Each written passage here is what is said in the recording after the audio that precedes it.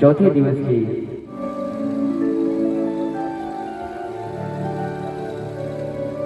हरि ओम।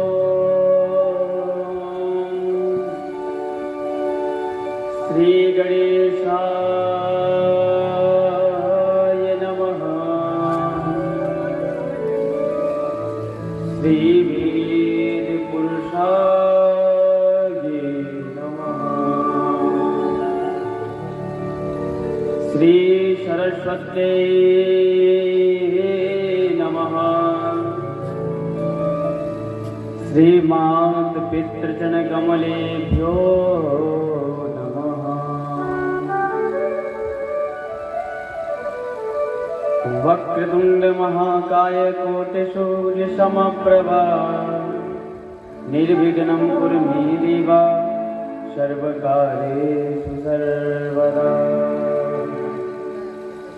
नमो परमहंसाय स्वादित चरण चिन्मकरंदाय भक्तजन मानस निवासाय श्री रामचंद्राय नमः।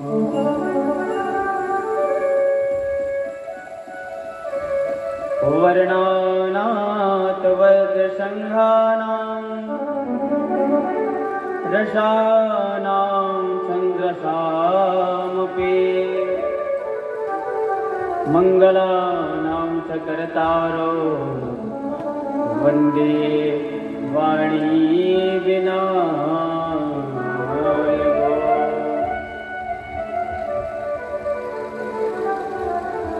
सीतानाथ समारम्भं श्रीरामानन्दारि मध्यमाम्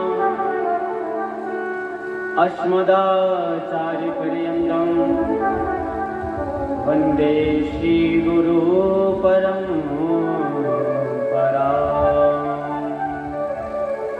ध्येयं सदा परिभवग्नमभीष्टदोहम् तीर्थास्पदं शिवविरञ्चेनुतं शरण्यम्। विद्यार्थिहं वृद्धबालभवाब्धिपोतं वन्दे महापुरुषते चरणारविन्दं।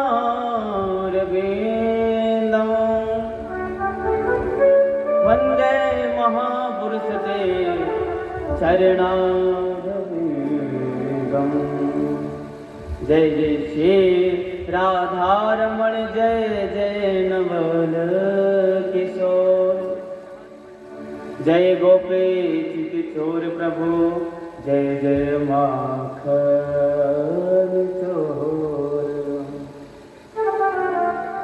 जाकी सेवा भावते मुक्त हुए सिया राम। ऐसे वीर हनुमान को मेरा बारंबार प्रणाम। सर्वमांगल्य मांगल्य शिवे सर्वादि साधिके शरण्ये त्र्यंबके गौरी नारायणी नमोस्तुते।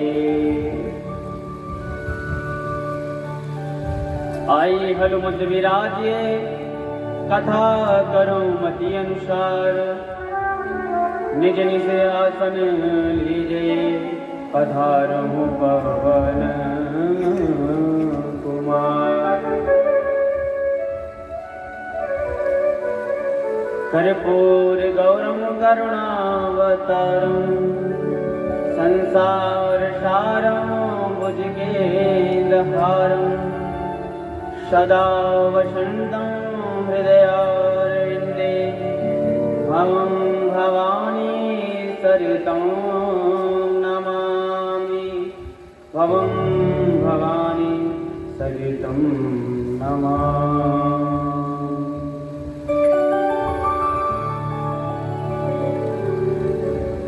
बोलिए गणेश भगवान की, शंकर भगवान की, माता दुर्गा की, काली मैया की, अवध बिहारी सरकार की, कनक बिहारी सरकार की जय हो। हनुमानगढ़ हनुमान जी महाराज की, माता जगदम्बा की, वृंदावन बाके बिहारी लाल की, राधिका रानी की, शंकर भगवान की जय हो। जय जय श्री राम।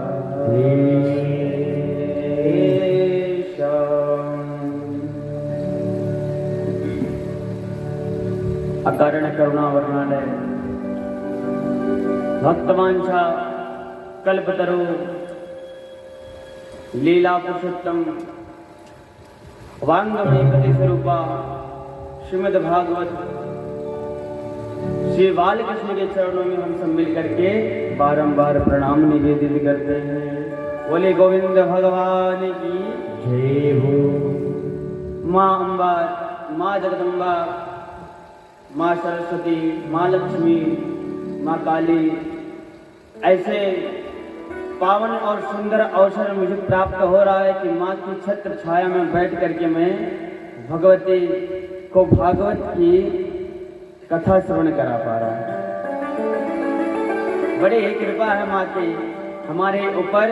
अवध धाम से बुला करके अपने छत्र छाया में बैठा करके इस मूढ़ गाने से भगवती की गंगा प्रवाहित करवा रहे हैं। चलिए श्रीमद् भागवत कथा का आज चतुर्दिवस है। आज की कथा महाराज बड़ी ही सुंदर है। रोज तो मान लीजिए सादा सादा भोजन मिल रहा था, लेकिन आज जो जान लीजिए 56 भोग के जैसे पकवान की कथा मिलेगी, क्योंकि आज हमारे परम पिता जगत निरंतर आदि नारायण पाल ब्रह्म परमात्मा परिपूर्णतम भगवान बालकृष्ण लाल का इस कथा के माध्यम से जन्म उत्सव मनाया जाएगा। संसार का उत्सव मनाते हुए बड़े ही आनंद आता है, पर ये जान लीजिए उस आनंद में छुपा हुआ है जो परमानंद का आज जन्म उत्सव जब मनाया जाएगा तो कितना आनंद आएगा। आए हुए समस्त भक्तगण, बूढ़े बुजुर्ग पिता तुल्य, इस देश के नौनिहाल बच्चे, माता सीता के, माता गार्गी के चरित्रों को चरितार्थ करने वाली ऐसी माताएं बहनें, आप सभी को इस दास का इस प्यास गद्दी से बार बार प्रणाम है। सिया राम मैं सब जग जानी, करहूं प्रणाम जोरी जोग पार। बोले हनुमान जी महाराज की जय। सिया राम मैं सब जग जानी, करहूं प्रणाम जोर जुग पानी।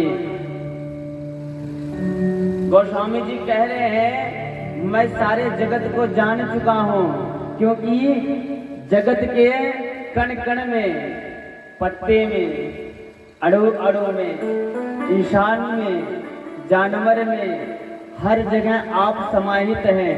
तो आपके स्वरूप को देखते हुए मैं सारे जगत को प्रणाम करता हूँ।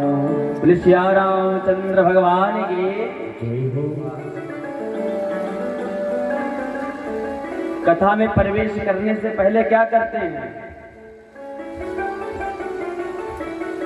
हम रोज बताते हैं, लोग कुछ भैया बताइए। भजन करते हैं, भगवान के नामों का आश्रय लेते हैं। आश्रय क्यों लेते हैं? आश्रय का मतलब होता आशा। आश्रय का एक मतलब होता आशा। अच्छा, आशा हम दुनिया वालों से कर बैठते हैं। और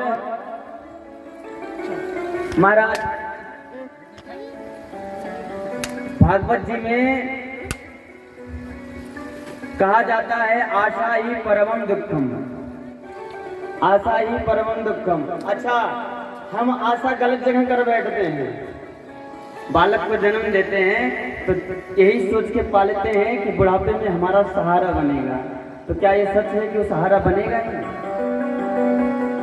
अच्छा, घर दुकान मकान बनाते हैं, खूब रुपया कमाते हैं, सोचते हैं कि हमारे दुख का निवारण हो जाएगा। तो क्या होता है?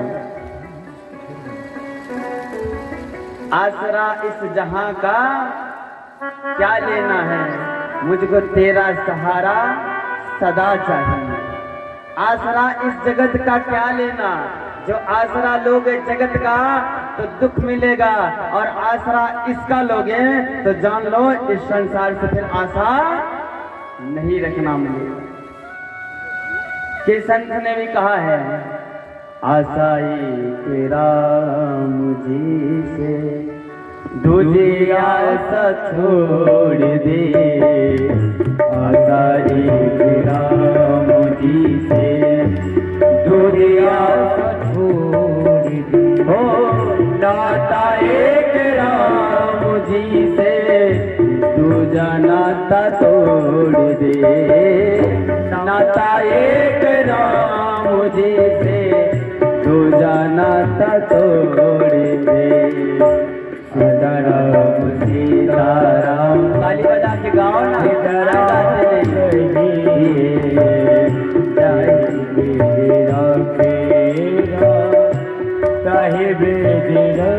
और महाराज और क्या कहते हैं, साधु संग राम रंग अंग अंग रंगी, साधु संग राम अंग कहते हैं। क्या अब शब्दों में देखिएगा कितनी अच्छी चीज लिखी हुई है, साधु संग और राम के रंग, अंग अंग पूरा अंग अंग रंग जाइए। जब अंग अंग राम के नाम से रंग जाएगा तो फिर कोई रंग इस पे चढ़ेगा नहीं, दुनिया का रंग नहीं चढ़ेगा। फिर क्या कहेंगे, ओ साधु संग राम रंग राम राम कहिए, साधु संग राम राम कहिए, साधु संग राम राम अंग अंग रंगिए। अच्छा अंग अंग रंगेंगे कैसे, जब भजन करेंगे तब तो रंगेंगे। अच्छा रंग ना ले आए, दुनिया वाला रंग बता रहे हैं, जो अबीर गुलाल होता है उसको ला करके घर में रख दीजिए और उठा करके लगाइए ना, तो क्या वो लगेगा। उसी तरह भगवान का नाम जब लेंगे, भगवान की कथा जब सुनेंगे, सत्संग करेंगे, जिससे अबीर को उठा के एक दूसरे को लगाते हैं, उसी तरह राम नाम और भगवान की कथा का रंग अपने आप चढ़ जाते हैं। तो क्या कहेंगे, आसरा इस जहां का मिले न मिले, आसरा इस जहां मिले न मिले, मुझको मेरा सहारा सदा चाहिए, तेरा सहारा सदा चाहिए। जाने सारे पलक पे दिखे न दिखे, जाने सारे पलक पे दिखे न दिखे, मुझको तेरा नजारा सदा चाहिए, आसरा इस जहां का मिले न मिले। जय जय राधा रमण हरि बोल, जय जय राधा रमण हरि बोल, जय जय राधा रमण हरि बोल, जय जय राधा रमण हरि बोल, जय जय राधा रमण हरि बोल, जय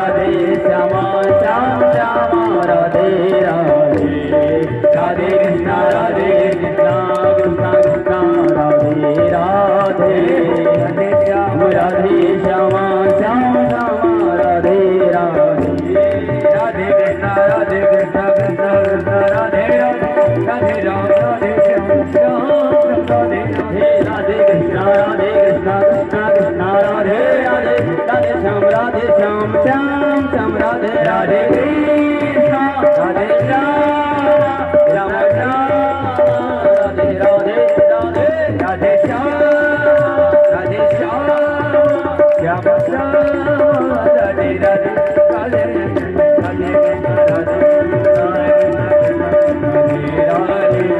राधे राधे राधे श्याम श्याम श्याम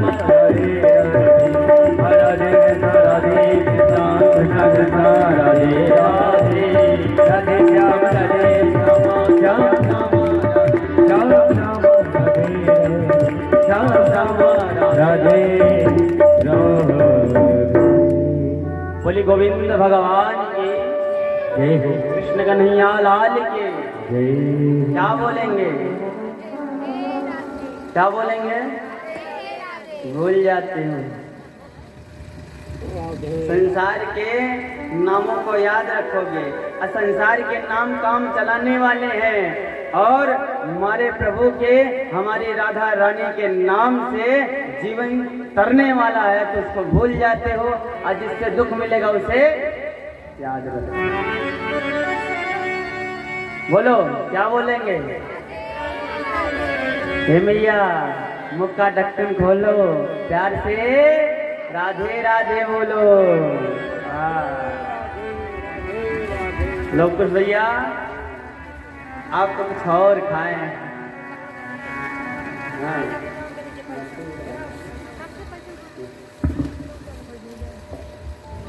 महाराज, कल की कथा आपने सुनी,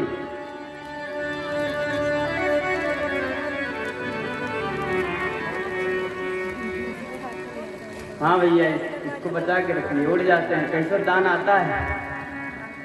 अच्छा, दान की बड़ी महिमा है।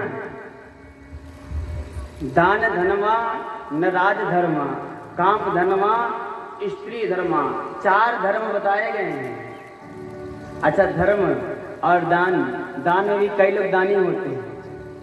अब कई लोग तो सिर्फ अल्लाह सीखते हैं और दर सिखवा नहीं करते हैं।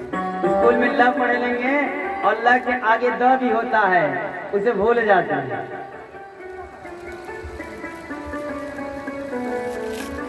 कुछ लोग तो इतना कृपण होते हैं महाराज।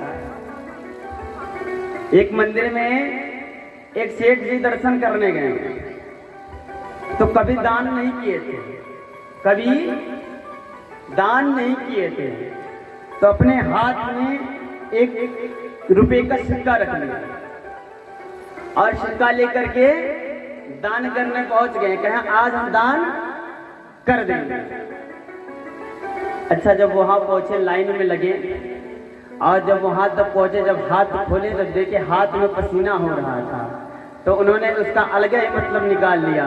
सिक्के से कहते हैं, मैं जान रहा हूं तुम रो रहे हो, तुम जाना नहीं चाहते हो, चलो ठीक है, तुम्हें हम जाने नहीं देंगे।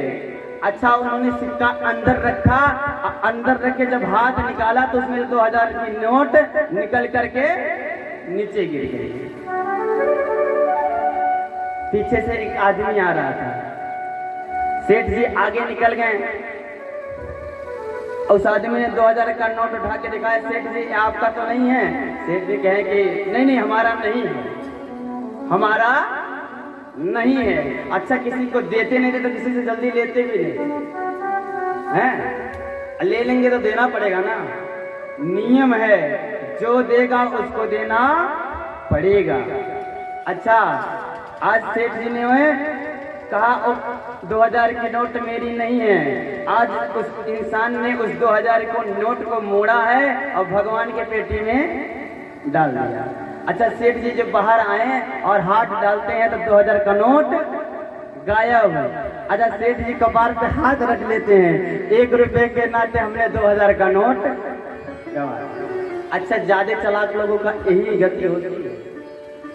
ज्यादा जो चालाकी करता है सोचता है कि हमसे बड़ा चालाक कोई नहीं है, तो जान लो उसके साथ यही होता है। एक बेटा था तो उसके माँ बाप ने उसे विदेश में पढ़ने के लिए भेज दिया था, विदेश में। अच्छा, पढ़ लिख करके जब वो आया तो अपने माँ से कह रहा है, माँ मैं बहुत पढ़ लिया हूँ, मैं बढ़ के बहुत बड़ा आदमी बन गया हूँ। माँ ने कहा बेटा उसी के लिए तुझे भेजा ही था कि तू पढ़ करके बड़ा आदमी बन के आए। आवाज समझ में आ रही है? नहीं आ रही है? आ रही है? तो कहाँ देखते हो?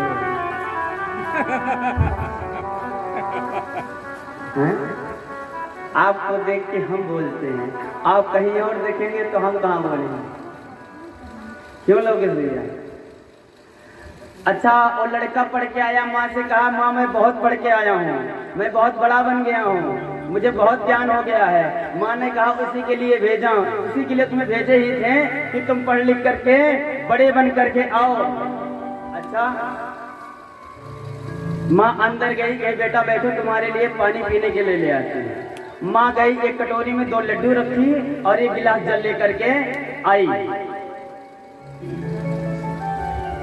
आज बेटे को जब पानी पीने के लिए दिया तो बेटा ने कहा माँ मैं तुझे एक चीज दिखाऊं, देख मैं कितना पढ़ लिया हूं। माँ बोली बता बेटा क्या दिखाना चाहता है? माँ बेटे ने कहा माँ कटोरी में कितने लड्डू हैं? माँ कहती बेटा 2 ले आए हैं। बेटा कहता नहीं माँ कटोरी में 3 लड्डू हैं। अब माँ ने कहा हम तो 2 ही ले आए थे, ये तीसरा कहाँ से आ गया? अच्छा, माँ ने कहा बेटा कैसे 3 कैसे, इसमें 2 दिख रहे हैं। तो बेटा माँ की चालाकी दिखा रहा है क्या? एक लड्डू पे हाथ रखा तो पूछता माँ ये कितने हैं? माँ ने बोला 1। दूसरे पे हाथ रखा तो पूछा कितने हैं? माँ ने बोला 2। बोला 2 और 1 मिला के कितने हो गए? कितने हो गए? हाँ 4 हो गए? 3 हो गए? अच्छा, हम तो कहें 4 हो गए। अच्छा 3। अब बार बार माँ से हाथ रखवा करके पूछता है, माँ बेचारी घबरा गई। माँ भोली होती है, माँ भोली होती है, क्योंकि माताएं पहले की उतनी पढ़ती उड़ती नहीं थी, उन्हें कार से छुट्टी नहीं मिलता था। जल भरने जाए तो कहाँ हो कि दिन भर आधा दिन उसी पे लग जाए जल ही भरने में। पहले कुएं पे जल भरने के लिए जाना पड़ता था, अब हो गया घर में टोटी वोटी हो गई तो नलका हो गया। अच्छा, बार बार यही चीज कह रहा है। तब तक उसका पिता खेत से काम करके आ गया और वो खड़ा होकर चालाकी देखने लगा। बेटे बाप ने बुद्धि लगाया कि बेटा बहुत पढ़ के आया है, इसके पढ़ाई का परीक्षा लेते हैं। चलो, आज बेटा गया है और बाप जब गया बेटे के पास तो कहता है अरे सुनती हो, तुम्हारा बेटा सत्य बोल रहा है, इसमें 2 नहीं 3 लड्डू हैं। अब बेटे से कहता अरे क्या कहते हो, माँ तुम्हारी पढ़ी उड़ी नहीं है और तुम उसको 2-3 कैसे बता रहे हो? 2-3 का मतलब ही नहीं जान रही है। अच्छा, तुम कह रहे हो इसमें 3 है, सत्य बात है 3 है, तो एक काम करो, 1 लड्डू तुम्हारी माँ खा ले, 1 लड्डू मैं खा लूं, बाकी तीसरा जो बच रहा है वो तुम खा के पानी पी लो। वाह, चालाकी वालों की ज्यादातर नौबत यही होती है, जो ज्यादा चालाक बनते हैं।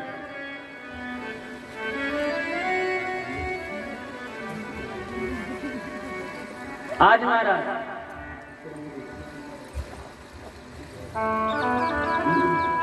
कल क्या देखा आपने? कल कथा कहाँ पूर्ण हुई थी, विश्राम कहाँ हुई थी बताओ? जो कथा सुनने आए थे हाथ उठाओ पहले,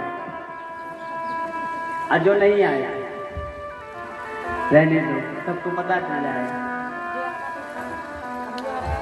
अच्छा बताओ, कथा कल कहाँ विश्राम हुई थी? हाँ लौकत भैया, कथा कल कहाँ विश्राम हुई थी? अच्छा आप थे?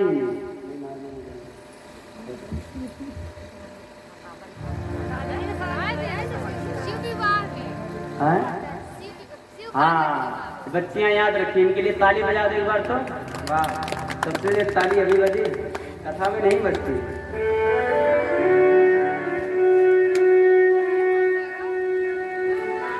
महाराज आज भोलेनाथ और माता पार्वती का विवाह हुआ है। पानी ग्रहण जब कीन महेशा, पानी ग्रहण जब कीन महेशा। पानी ग्रहण का मतलब समझते हैं? ऐसे हाथ रखा जाता है, ऐसे कन्या का हाथ रखा जाता है और भाई तब जल उस पे गिराता है, उस पे फल रहता है, नीचे आटा की लोई रहती है, और उसी पे जल गिराते हैं, उसी को पानी ग्रहण कहते हैं। उसके बाद पिता और माँ मिलकर के कन्या दान करके, पानी ग्रहण के बाद कन्यादान, कन्यादान के बाद लावा वावा बरसा जाता है। महाराज आज शंभू ने पानी ग्रहण किया है, विवाह संपन्न हुआ है। महाराज विवाह संपन्न हुआ है। अच्छा एक कौतुक देखिए, पहले शादी होती थी, क्या होती थी? शादी होती थी, अब विवाह होता है। पहले शादियां होती थी, अब विवाह होता है। अच्छा किसी ने कहा इन दोनों में अंतर क्या है? शादी होती जी, शादी करने के बाद लोग वाह वाह करते थे, और आज विवाह करने के बाद सब आह करते हैं। अच्छा महाराज एक बारात जा रही थी, एक महात्मा गए लड़के के पिता के पास, दूल्हे के पिता के पास, कहें आज तो आप समधी बने हुए हैं, आज आप समधी बने हुए हैं। कहें हाँ समधी बने हुए हैं। कहें अच्छा बताओ समधी का मतलब क्या होता है, समधी का अर्थ क्या होता है? कहें देखो समधी का अर्थ तो नहीं पता, पर हम अर्थ के लिए ही समधी बने हुए हैं, अर्थ के लिए ही समधी बने हुए हैं। एक कौतुक देखा, पूरा जीवन बीत जाता है बाप का कमाते कमाते, और तुम्हें भोजन में आनंद नहीं आया। कहते हो कि भोजन अच्छा नहीं है, व्यवस्था अच्छा नहीं है, बाप ने एक एक पाई लगा दी और तुम्हें भोजन करने में आनंद नहीं आया। सब छोड़ दो, सब कुछ छोड़ दो। आजकल का एक नियम है हमारा, आजकल कन्या विक्रयणो लोभ दंपति नाम सकल कनम। आजकल कन्याओं का विवाह नहीं मानो सौदा हो रहा है, जहां सौदा पट गया वहीं पे विवाह हो गया।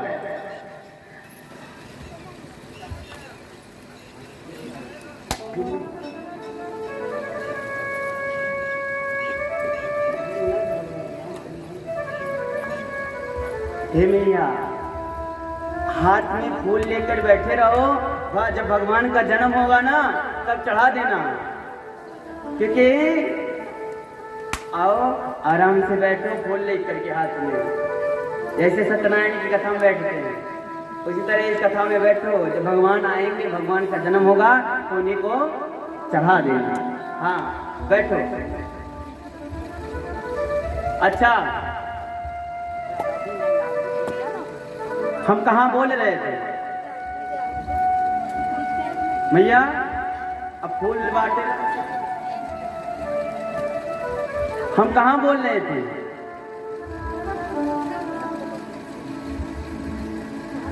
कल बताए थे ना प्रेजेंट बॉडी एब्सेंट माइंड। शरीर यहाँ रहेगा, मन घर पे रहेगा, कि पता नहीं दरवाजा बंद करके आए हैं कि नहीं। और दूध ढके होंगे तो पता नहीं बिल्ली ढकेल के पी जाए तो। तुम कथा भगवान की कथा सुनने आते हो, भगवान का सत्संग करने आते हो, तो घर की चिंता छोड़ दो, क्योंकि कहते हैं हमें चिंता हमारी नहीं, हमारी चिंता करने वाला स्वयं मेरा बनवारी। अपनी चिंता छोड़ दो और प्रभु से नाता जोड़ दो, जोड़ करके दुनिया में। महाराज जब प्रेम भगवान से होगा तो जान लो तकलीफ तो पहले मिलेगी, क्योंकि भगवान परीक्षा लेते हैं। इसका वैराग्य पूर्णता दृढ़ है कि इसके अंदर मरकट वैराग है। मरकट वैराग यानी बंदर इस डाल से उस डाल पे कूदता है, उस डाल से उस डाल पे कूदता है, उसी तरीके से मरकट वैराग होता है। संत कहते हैं घर में भाई खटपट, चल बाबा के मठ पर। घर में थोड़ी सी कहा सुनी हो गई तो बुढ़िया बिस्तर बन गया, स्टेशन पे पहुंच गए। स्टेशन की गाड़ी 1 घंटा लेट हो और सोचते सोचते रहे कि हाँ मैं घर छोड़ के चला हूं, पता नहीं पोता मेरा कैसे होगा, बेटा मेरा पता नहीं कैसे होगा। अच्छा,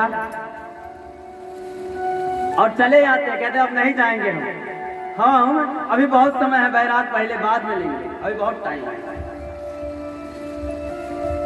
महाराज हम बोल रहे थे कि आजकल शादी नहीं, आजकल सौदा हो रहा है। अच्छा, समधी का मतलब बता दें आप लोगों को।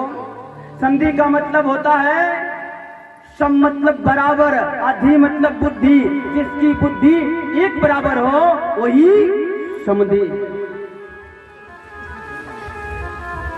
समधी वही बनता है, ये नहीं कि जहां सौदा पट गया वहीं पे समधी बन गए। आजकल यही हो रहा है। लेकिन सत्य बता रहे हैं, बड़े लोग हैं जो अपनी बिटिया का विवाह कर देते हैं, लेकिन जिन्हें खाने और पहनने तक ही है, वो बिटिया जब जैसे जैसे बड़ी होती है उनकी चिंता वैसे वैसे बढ़ती चली जाती है। महंगाई को देखते हुए महाराज कितने लोग तो बेटियों को मरवा देते हैं।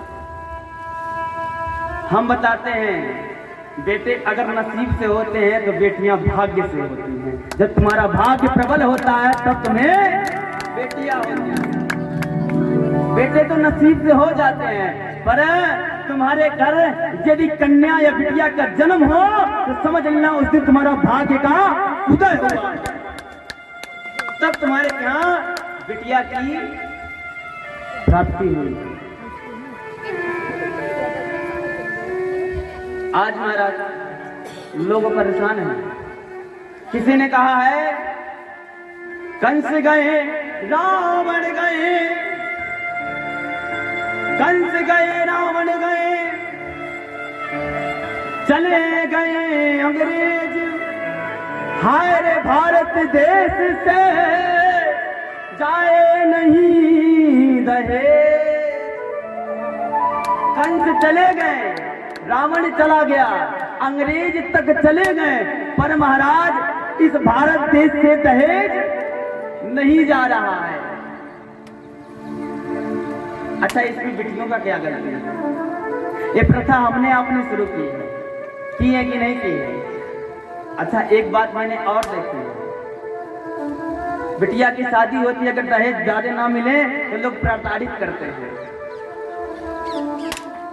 कहेंगे तुम्हारी बिटिया ऐसी है, तुम्हारी बिटिया वैसी है, सुबह उठती नहीं है, काम नहीं करती है। अच्छा, एक बात बता दो, जब बहू आती है तो ये सासू माँ लोगों, आप सबसे कह रहा हूँ मैं, जहां तक ये बात जाएगी, जहां जहां मैं जाता हूँ बस इस बात को कहता हूँ। अच्छा, एक बात बता देना, जब बहू आती है तो आप लोग प्रयास करते हो कि 4 बजे उठ जाए, करते हो ना? अच्छा, कभी प्रयास किया कि तुम्हारी बिटिया 4 बजे उठ जाए? कभी अभ्यास किया? कभी कहा बिटिया को 4 बजे उठ जाना? कहा कभी? वो भी तो किसी की बेटी है, वो भी तो किसी की बेटी है। वो अपने माँ बाप को छोड़ के आती है तो आपको अपना माँ बाप मानती है।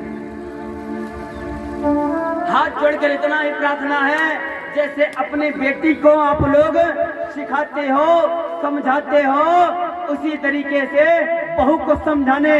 यदि तुम अपने बेटी को बेटी मानते हो और तुम्हारे घर में बहू आई, उसे बहू मानकर नहीं बेटी मान के रखोगे तो आपको माँ की तरह सम्मान देगी। सत्य बात, माँ की तरह सम्मान देगी। पर बनाए तो अच्छा, इसमें माताओं की गलती नहीं होती।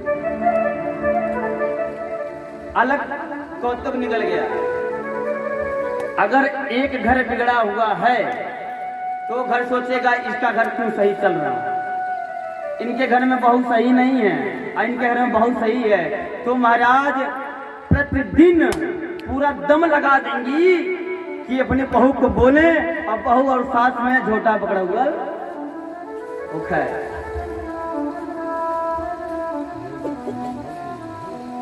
महाराज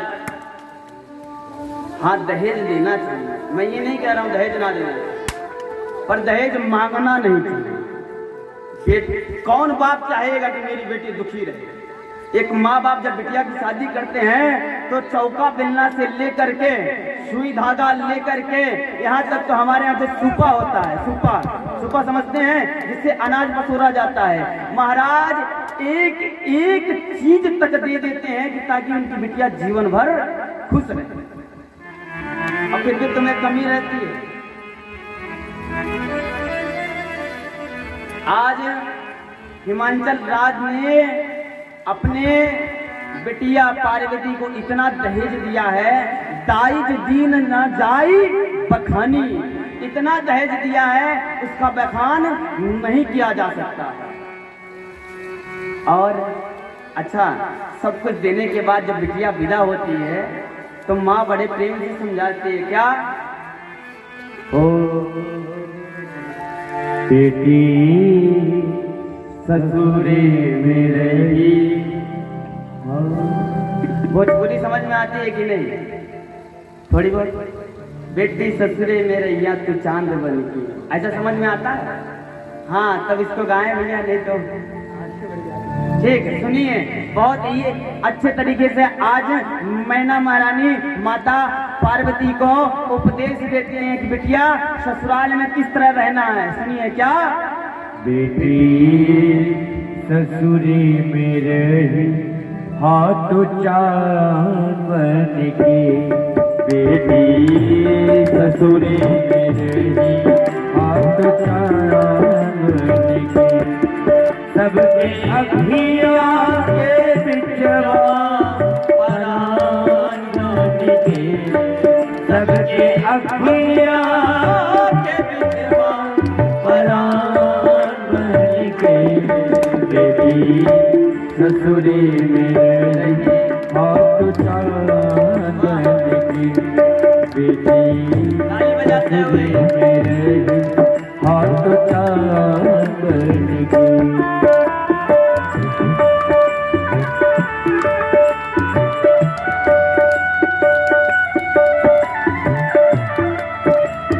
ताली की सेवा करते हुए जय हरि।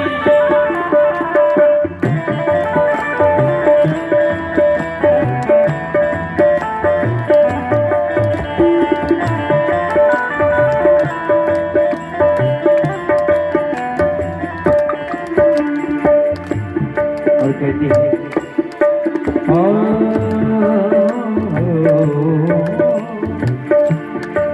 बेटी सबसे पाछे गई है, बेटी सबसे पाछे गई हो।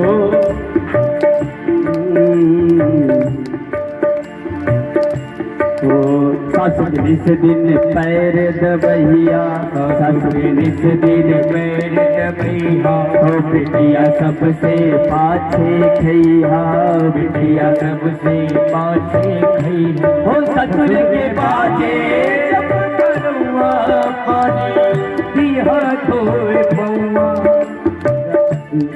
क्या समझाती है? सासु के निस दिन पैर दबैया, बिटिया सबसे पाछे खैया, ससुर की बाजे जब खड़ुआ तो पानी दिया धोए पौआ।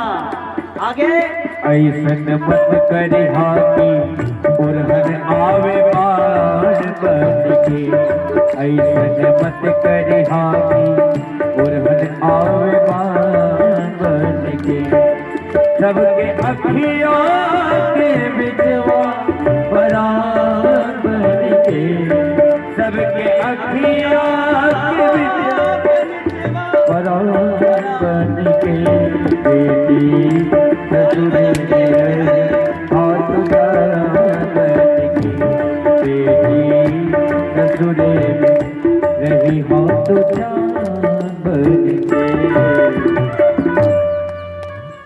ऐसा न मत करिया कि ओरहन आए, माता मैना समझाती हैं ऐसा कोई कार्य मत करना कि तुम्हारे मैका से हमारे यहाँ कोई शिकायत आए।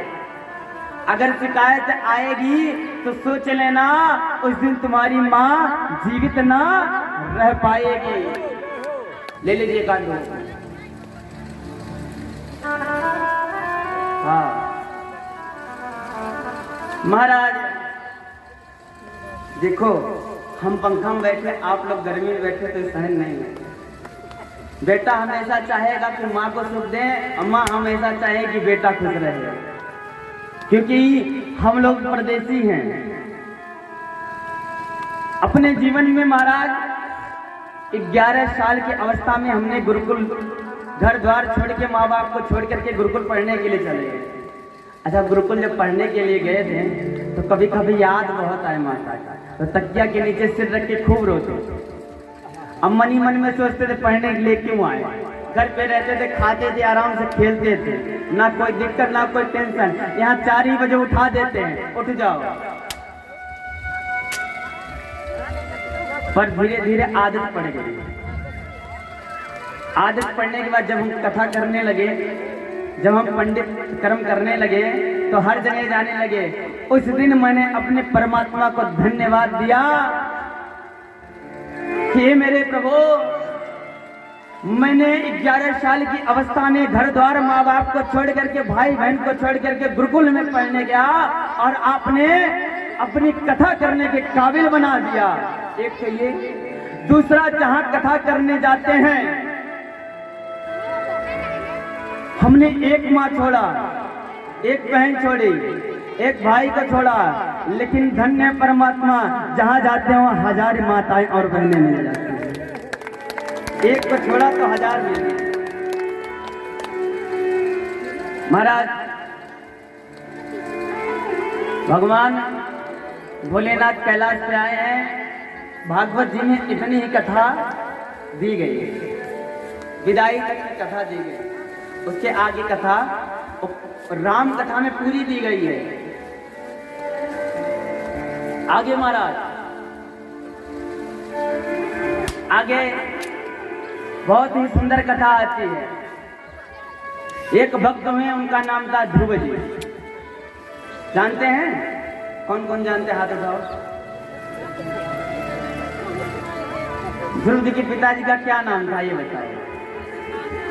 बेटा को जानते हो, बाप को जानवे नहीं करते हैं?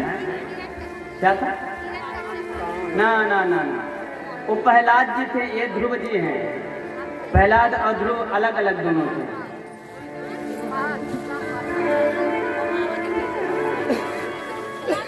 उत्तानपाद जी नाम था। उत्तानपाद जी के 2 संतान थे।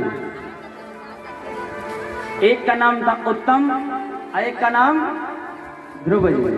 उनकी 2 पत्नियां थी। एक का नाम था सुनीति और दूसरे का नाम था सुरुचि। आजकल लोग महाराज गूगल में सर्च मान लेते हैं। हो लगन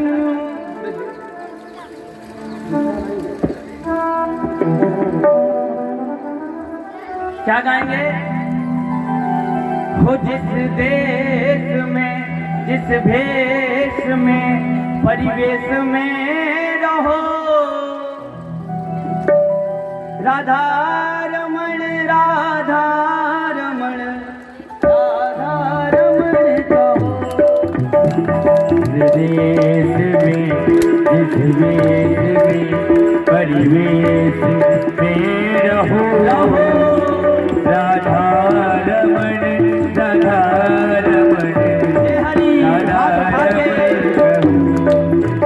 जिस देश में, जिस भेष में, परिवेश में रहो, राधा रमण राधा रमण राधा रमण कहो। राधा रमण राधा रमण राधा रमण कहो। आगे हो जिस रंग में, हो जिस संग में, संग में रहो राधा रमण राधा रमण राधा रमण को हो राधा रमण राधा रमण राधा रमण को। बोल गोविंद भगवान की जय हो। उत्तानपाद की दो पत्नियां थी, क्या नाम था बताओ? अभी बताया था, हम सवाल थोड़ा जल्दी पूछ लेते हैं, याद रहना चाहिए, ऐसा रटा देंगे कि याद रहे, जब कथा में कहीं पहुंचे तो बता दो। सुनीति सुरुचि सुनीति सुरुचि सुनीति और सुरुचि, क्या? अच्छा, दोनों का नाम ऐसा क्यों है? दोनों का अर्थ क्या हुआ? सुनीति और सुरुचि का अर्थ क्या है? बड़ी वाली का नाम था सुनीति और छोटी वाली का नाम था सुरुचि। अच्छा, सुरुचि का मतलब हुआ, सुरुचि का मतलब हुआ जिसमें तुम्हारा रुचि हो वही कार्य बार बार किया गया। सुरुचि का मतलब है अगर भोजन बहुत बढ़िया मिल रहा है तो दबा के